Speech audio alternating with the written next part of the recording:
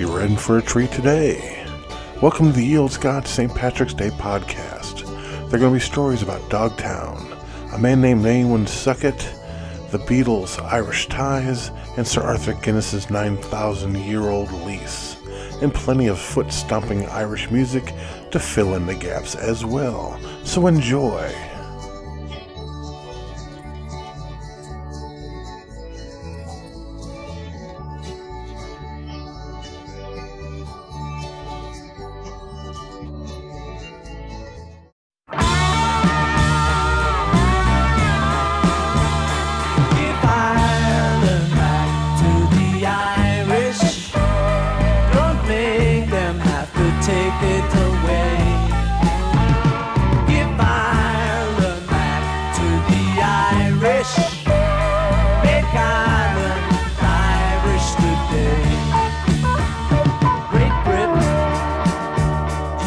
Tremendous, and nobody knows like me. But really, what are we doing in the land across the sea? Tell me, how would you like it if on your way to work you were stopped by soldiers? Would you lie down, do nothing? Would you give it open say?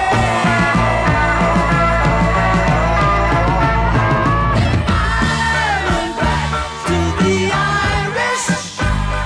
Don't make them have to take it away.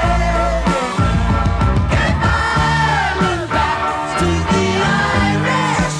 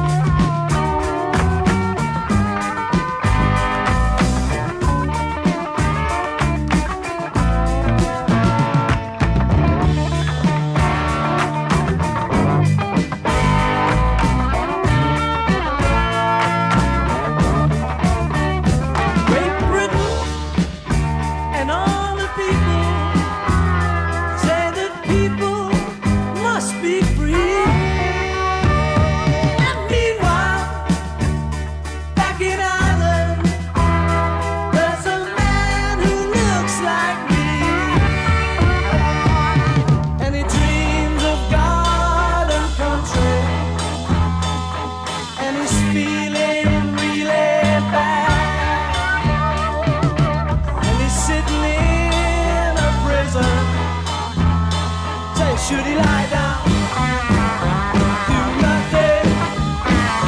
Should he give it a go now?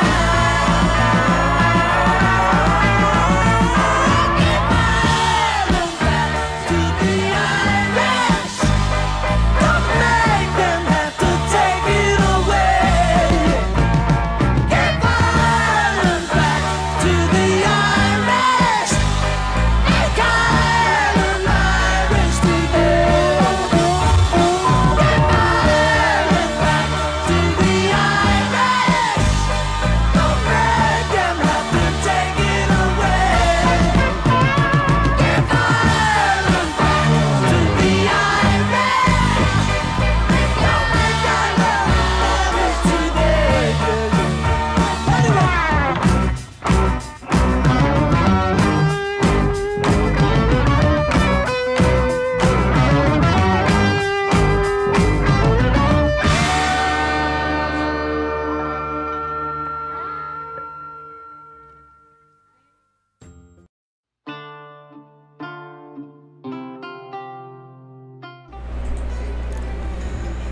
Dogtown.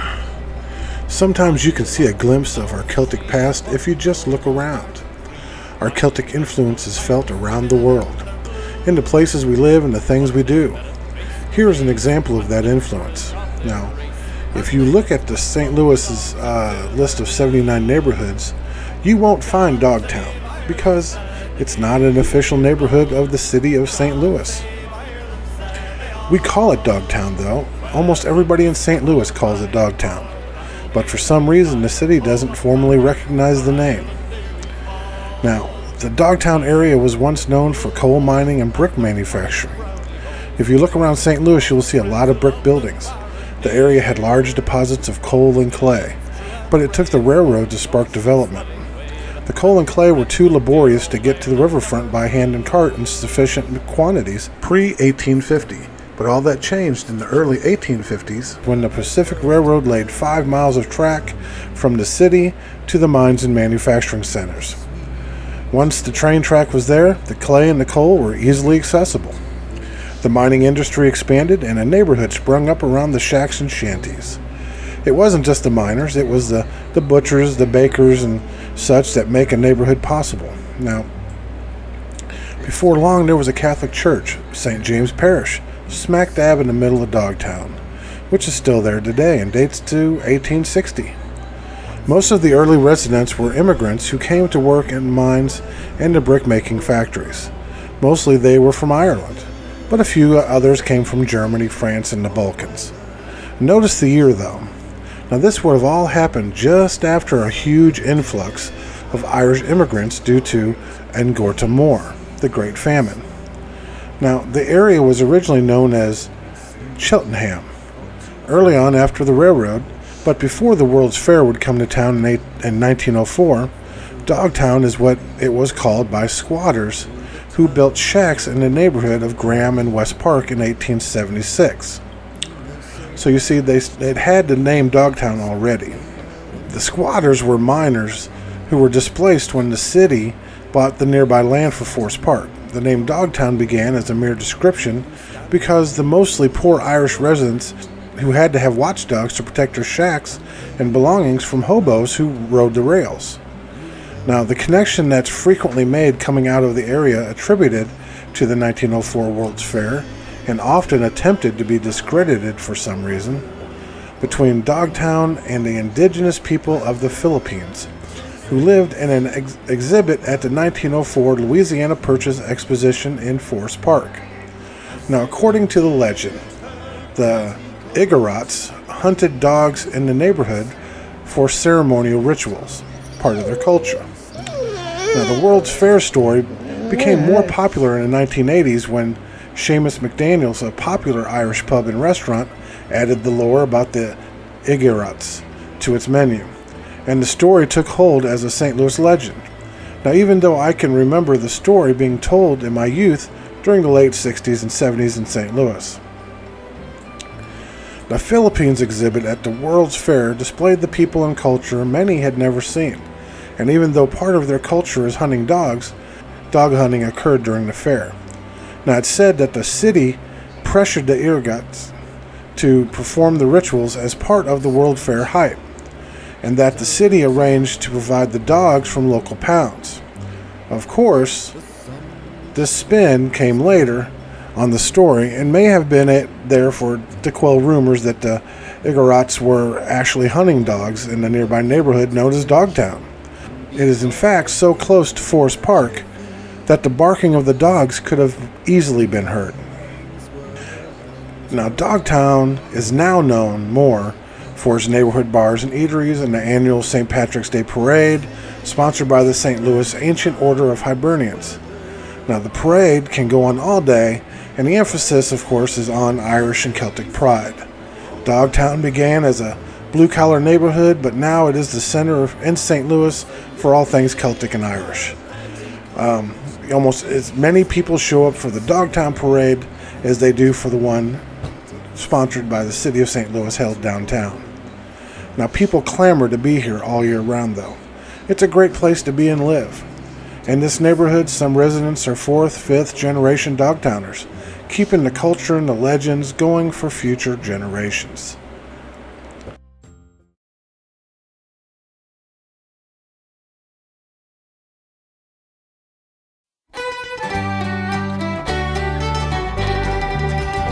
High upon the gallows trees, one the noble-hearted three, by the vengeful tyrant stricken in their bloom.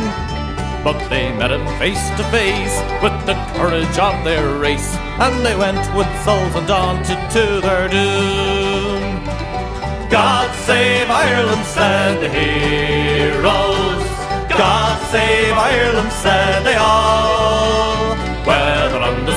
scaffold high, or the battlefields we die. Oh, what matter if for Ireland ere we fall?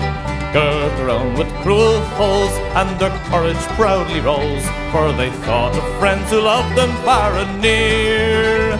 Of the millions true and brave, o'er the ocean's swelling wave, and the friends of dear old Ireland ever true. God save Ireland, said the heroes. God save Ireland, said they all. Whether on the scaffold high, or the battlefield we die, oh, what matter if for Ireland ere we fall? Climb they up the rugged stair, bang their voices out in prayer, then with England's fatal cord around them cast. Close beside the gallows tree, kissed like brothers lovingly, true to home and faith and freedom to the last. God save Ireland, said the heroes. God save Ireland, said they all. Whether on the scaffold high, or the battlefield we die, oh, what matter if for Ireland ere we fall? Never till the latest day shall the memory pass away of their gallant lives thus given for our land. But on the cause we'll go, it's the joy, the weal and woe, till we make our isle a nation free and grand. God save Ireland, said the heroes. God save Ireland, said they all. Whether on the scaffold high, or the battlefield we die, oh, what matter if for Ireland ere we fall? God save Ireland, said the heroes. God save Ireland, said they all. Whether on the scaffold high, or the battlefields we die, oh, what matter if for Ireland ere we fall?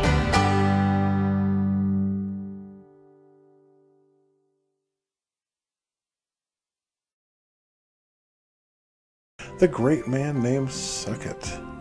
I hope that's how you pronounce that name, but nobody really seems to know.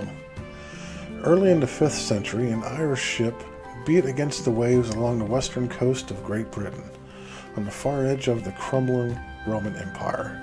Now, a band of Irish marauders, they crept their way into a secluded cove and raided the village of Benavem Tabernane. Now, among the plunder captured by the band of warriors dispatched by Ireland's King Niall of the 9 hostages was a 16-year-old boy named Succat. Although brought to Ireland against his will, the teenager would go on to become famous in the history of Ireland. Now, Succat was born into a well-to-do family around 386 AD and grew up along Great Britain's western coast, likely in Wales, which was part of the Roman Empire at that time. Now, his father was a Christian deacon and a minor Roman official and tax collector. His grandfather was a priest.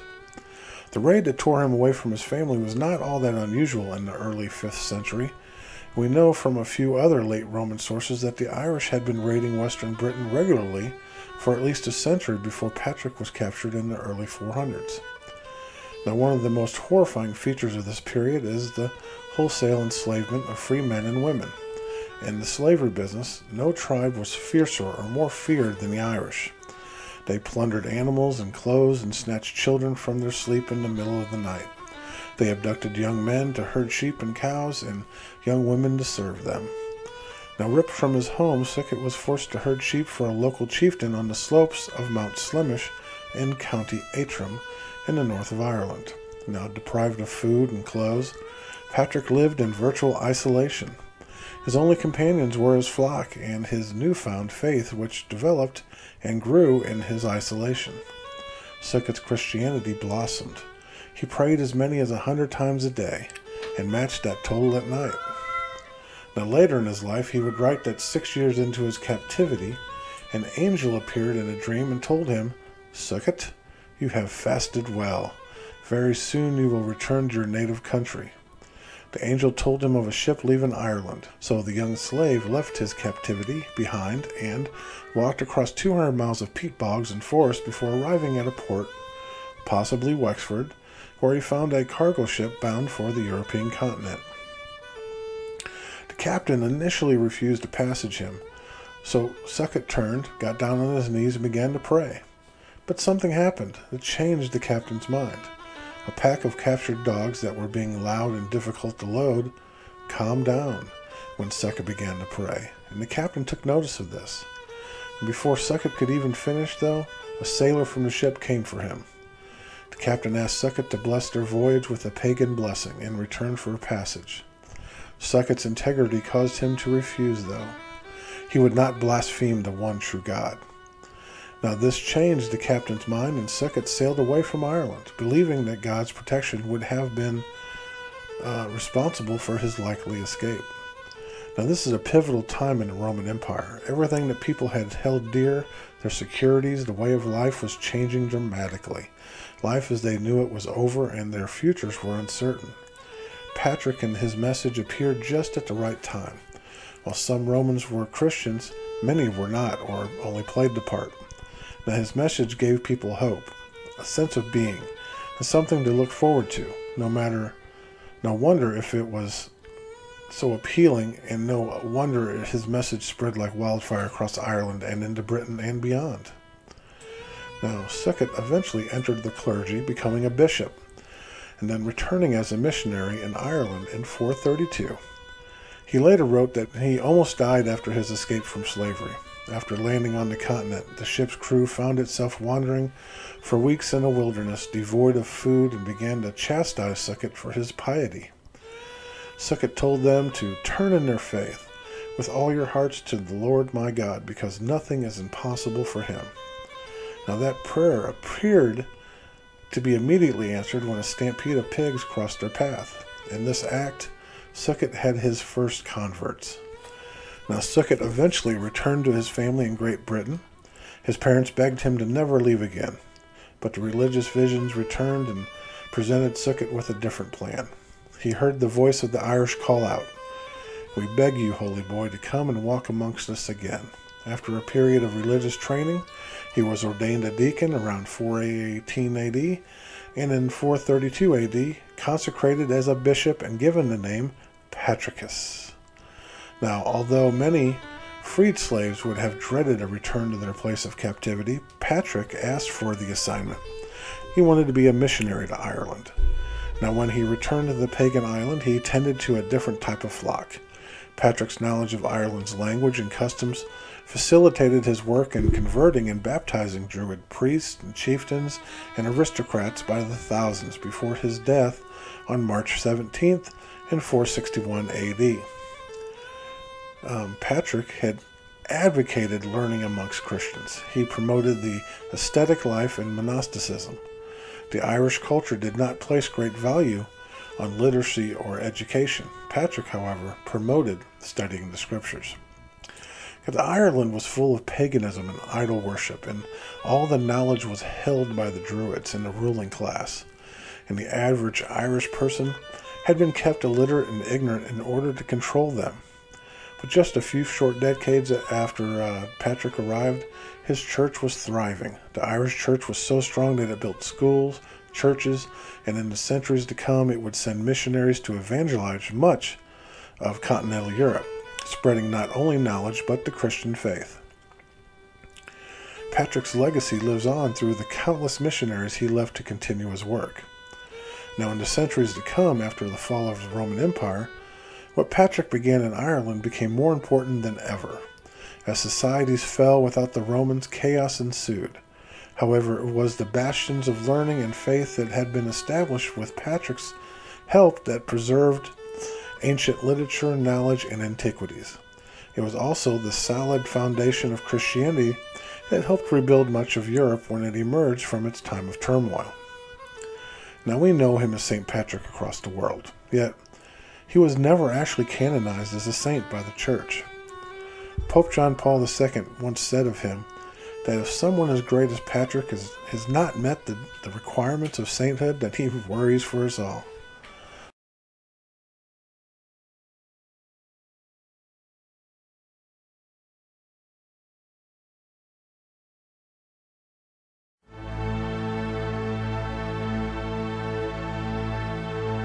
Oh, the night that Paddy Murphy died is a night I'll never forget. Some of the boys get loaded drunk and they ain't got sober yet. As long as a bottle was passed around, every man was feeling gay. O'Leary came with a bagpipe, some music for to play.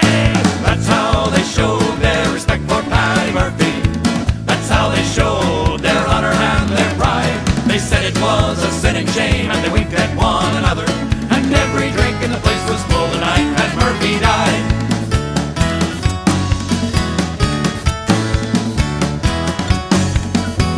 As Mrs. Murphy sat in the corner pouring out her grief, Kelly and his gang were tearing down the street.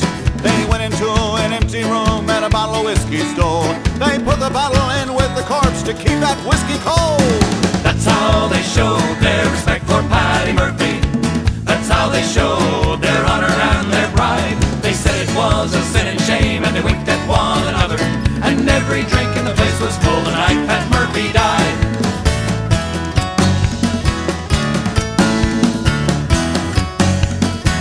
At 2 o'clock in the morning, after emptying the jug, Doyle opens up the icebox lid to see poor Paddy's mug. We stopped the clock so Mrs. Murphy couldn't tell the time, and at 2:15, we argued it was 9. That's how they showed their respect for Paddy Murphy. That's how they showed their honor and their pride. They said it was a sin and shame, and they winked at one another. And every drink in the place was full the night Pat Murphy died.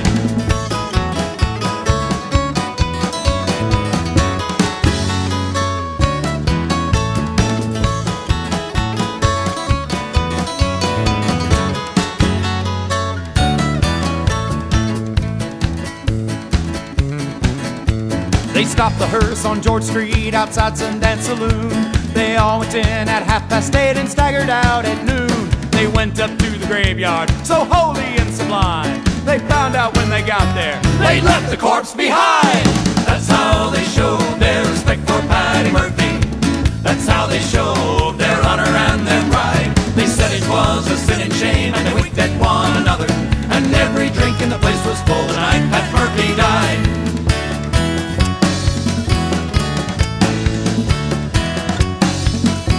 the night that Paddy Murphy died is a night I'll never forget. Some of the boys get loaded drunk and they ain't got sober yet. Not yet. As long as a bottle was passed around, every man was feeling gay. O'Leary came with the bagpipes, some music for to play. That's how they showed their respect for Paddy Murphy. That's how they showed their honor and their pride. They said it was a sin and shame, and they winked at one another. And every drink in the place was full the night Pat Murphy died. And every drink in the place was full the night Pat Murphy died. Sir Arthur Guinness and his 9,000-year-long lease on the Guinness Storehouse in Dublin, Ireland. Now, Arthur Guinness was born on September 28, 1725, to a family of brewers on the estate of Arthur Price.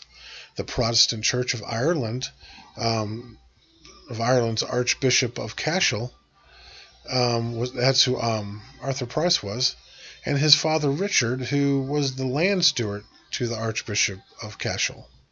Now, Dr. Arthur Price brewed beer for workers on the estate and taught Arthur the craft of brewing. As time passed, young Arthur became very good friends with Price, and when the Archbishop died in 1752, he left 100 pounds each to his servants, Arthur and his father. This event marked the beginning of the Guinness Brewing Company's story.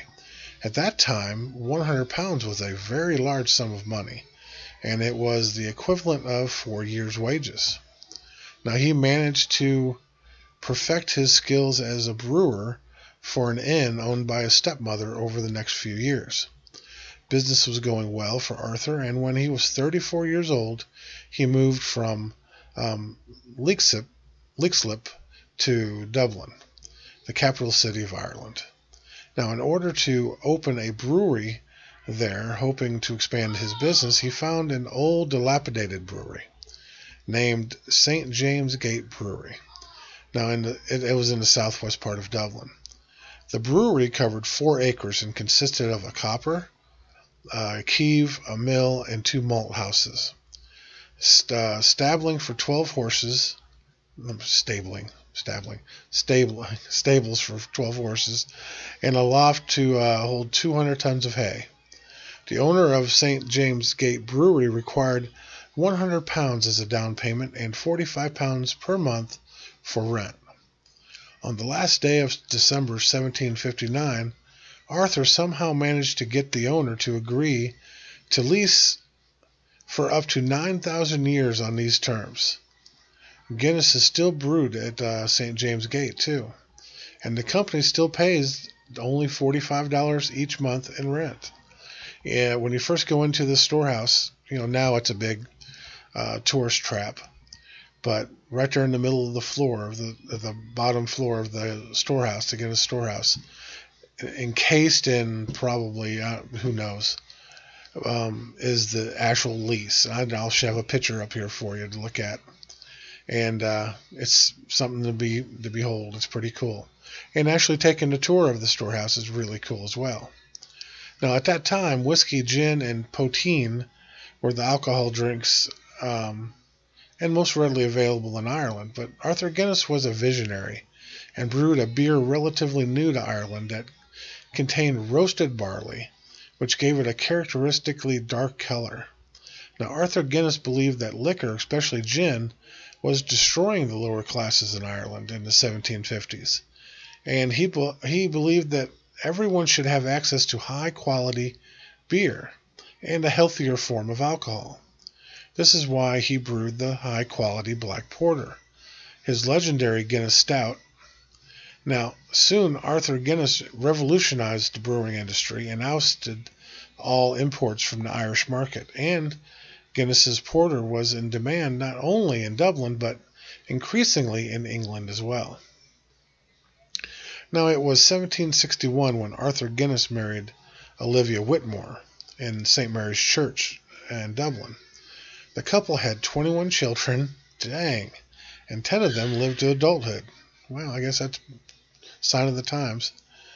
And he handed over control to his 3 sons and spent his last years at Beaumont, his country home in Drumcondra. Now, Arthur Guinness died on 23rd of January, 1803, at the age of 78, but his story does not end there. As years passed by, Guinness grew to be one of the largest and most respected breweries in the world. By 1838, St. James Gate Brewery, which is the Guinness Brewery, was the largest in Ireland, and by 1914, St. James Gate was the largest brewery in the world. All right. Now, in 2002, me and my 2 older brothers, we took a trip to Ireland and Scotland, and we got to visit the Guinness Brew House, the storehouse, and it was awesome. You go inside and you just get to see how they make it, how they put it in the barrels, how they do everything. And got a couple pictures here of me and my older brother Steve, who's passed away now, but sadly we're standing in front of the original gate for the Guinness storehouse. They only got one of the gates open right now in that picture. And then the other picture is of me standing in front of a vat of Guinness equals about 720,000 pints, which about a week's supply, I would think, hopefully. All right, that's Celtic History Break. I hope you liked it.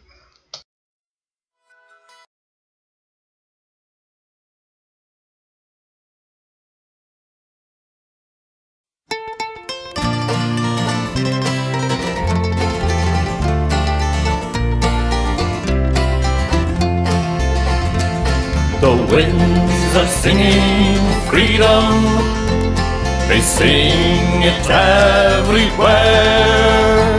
They sing it on the mountainside and in the city square. And they sing of a new day dawning, when our people will be free. Come and join our song of freedom, let it ring from sea to sea. In the battle streets of Belfast, can't you hear the people cry? for justice long denied them, and their crying fills the sky. But the winds of change are singing, bringing hope from dark despair. There's a day of justice dawning, you can feel it in the air. And the winds are singing freedom, they sing it everywhere. They sing it on the mountainside and in the city square. And they sing on the new day dawning, when our people will be free. Come and join our song of freedom, let it ring from sea to sea. Too long our people have suffered in their misery and their tears, and foreign rulers used our land for about 800 years. It's a long road, has no turning, and I know someday we'll see a day of justice dawning, when our people will be free. And the winds are singing freedom, they sing it everywhere. They sing it on the mountainside and in the city square. And they sing on the new day dawning, when our people will be free. Come and join our song of freedom, let it ring from sea to sea. There's a time laid out for laughter, there's a time laid out to weep. There's a time laid out for sowing, and a time laid out to reap. There's a time to love your brother, there's a time when hate must cease. If you sow the seeds of justice, you can reap the fruits of peace. And the winds are singing freedom, they sing it everywhere. They sing it on the mountainside and in the city square. And they sing of a new day dawning, when our people will be free. Come and join our song of freedom, let it ring from sea to sea. Come and join our song of freedom, let it ring from sea to sea.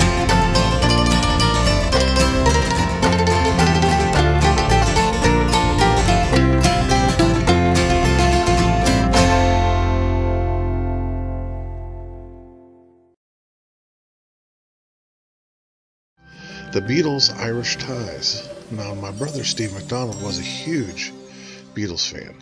He owned every album that they had ever made, and he learned all he could of them. Of course, that was back in the days before the internet. Steve, being a proud Scotch-Irishman, would always boast of the Beatles' links to Ireland, which would usually bring the ire of those who only thought of them as British.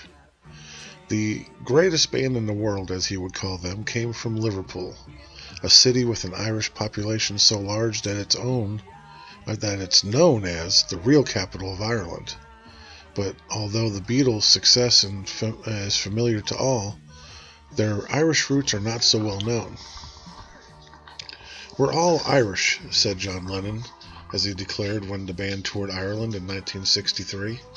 The singer was born in wartime Liverpool on October 9th, 1940, to Julia and Alfred Lennon.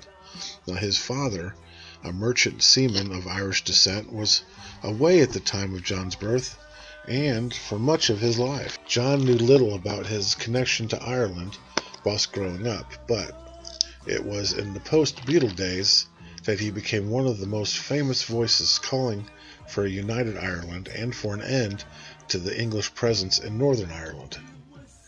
Known for their political activism, John and Yoko penned two protest songs, Sunday Bloody Sunday and The Luck of the Irish, inspired by the events in Northern Ireland for their 1972 album Sometime in New York City. Now, such was the connection Lennon felt to his homeland that he had hoped to make a piece of it a place for him and Yoko to retire. He purchased an island off the west coast of Ireland, which he owned until his untimely death in 1980. I'm a quarter Irish or half Irish or something, and long before the trouble started, I told Yoko that's where we're going to retire, and I took her to Ireland. We went around Ireland a bit, and we stayed in Ireland, and we had a sort of second honeymoon there, so I was completely involved in Ireland, said John Lennon in 1971. Now, James Paul McCartney was born on June 18, 1942 in Liverpool to Jim and Mary Patricia McCartney, and like many other Liverpool families, descended from Irish immigrants. His mother's family was born in Ireland and was Roman Catholic, while his great-grandfather was an Irish native and a Protestant. It is unknown which part of Ireland Paul McCartney's paternal side is from, but it is known that they first emigrated from Ireland to Galway, Scotland, and then on to Liverpool. McCartney, who immortalized the Mull of Kintyre with his song of the same name, also wrote about his Irish heritage in his music, and we'll play that song today. Like John and Yoko, Paul and his first wife Linda wrote in response to the events of Bloody Sunday, drawing from his Irish background in their controversial song Give Ireland Back to the Irish, which I will play today as well. The song was completely banned in Britain, but reached number 1 on the singles charts in Ireland. Then there's Ringo, and while Ringo Starr is often described as the most English Beatle, Mark Lewisham in his book Tune In describes one family line going back to County Mayo, suggesting that all 4 of the Beatles can be accurately described as having ancestral roots in Ireland. It is, however, George Harrison who had the strongest Irish connections, coming from an Irish Catholic family on his mother's side, unusual for the time. His grandparents never married, and Mark Lewisham suggests that the secretive aspect to his family life and their suspicion of nosy neighbors had a lasting effect on the attitude of the Quiet Beatle, as he was called. Harrison would return to Ireland throughout his life to visit family living in North Dublin, often catching the ferry across from Liverpool to Dublin. He also took his soon-to-be wife, Pattie Boyd, on an early vacation to Ireland. Harrison's music, however, didn't overtly draw from his Irish heritage, but the films produced through his own company are peppered with references to Ireland. The Irish have played a major role in Liverpool's population and social fabric for a good part of its 800-year history, and it is apparent today when visiting the city. It's safe to say that the people of Liverpool are extremely proud of its 4 sons and the way that Irish influence has helped to shape the famous musical city.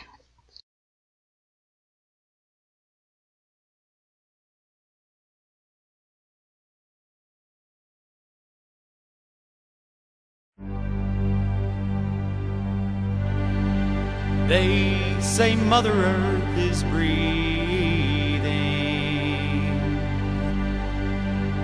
with each wave that binds the shore, and her soul rises in the evening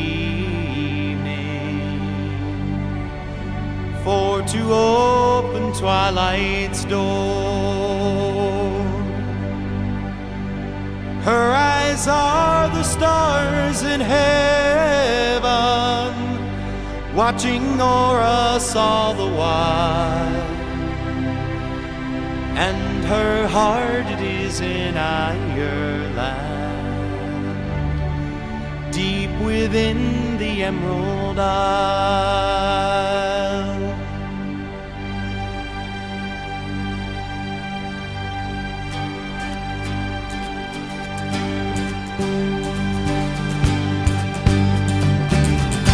We were 40 against hundreds in someone else's bloody war. We know not why we're fighting or what we're dying for. They will storm us in the morning when the sunlight turns the sky. Death is waiting for its dance now. Fate has sentenced us to die. Ireland, I am coming home. I can see you rolling fields of green and fences made of stone. I am reaching out. Won't you take my hand? I'm coming home. Ireland.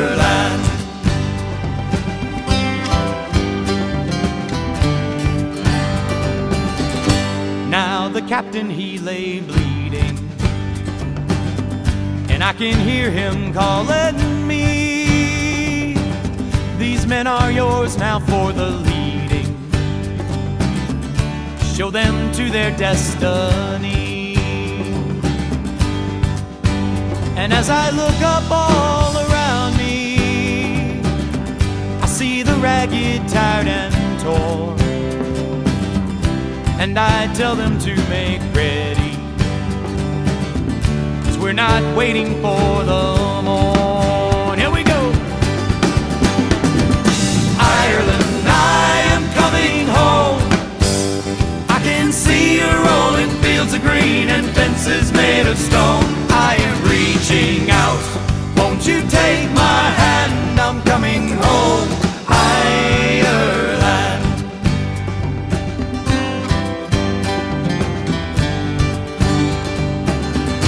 Now the fog is deep and heavy as we forge a darkened field.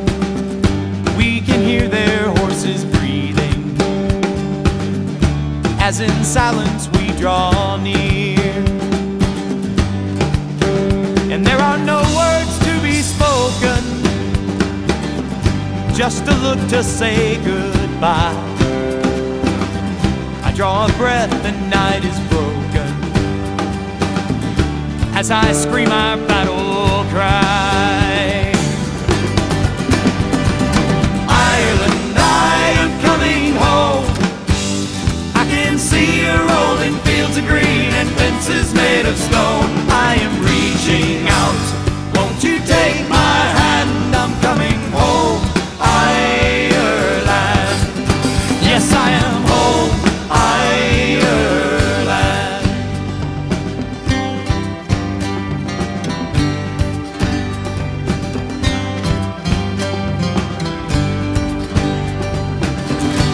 We were 40 against hundreds.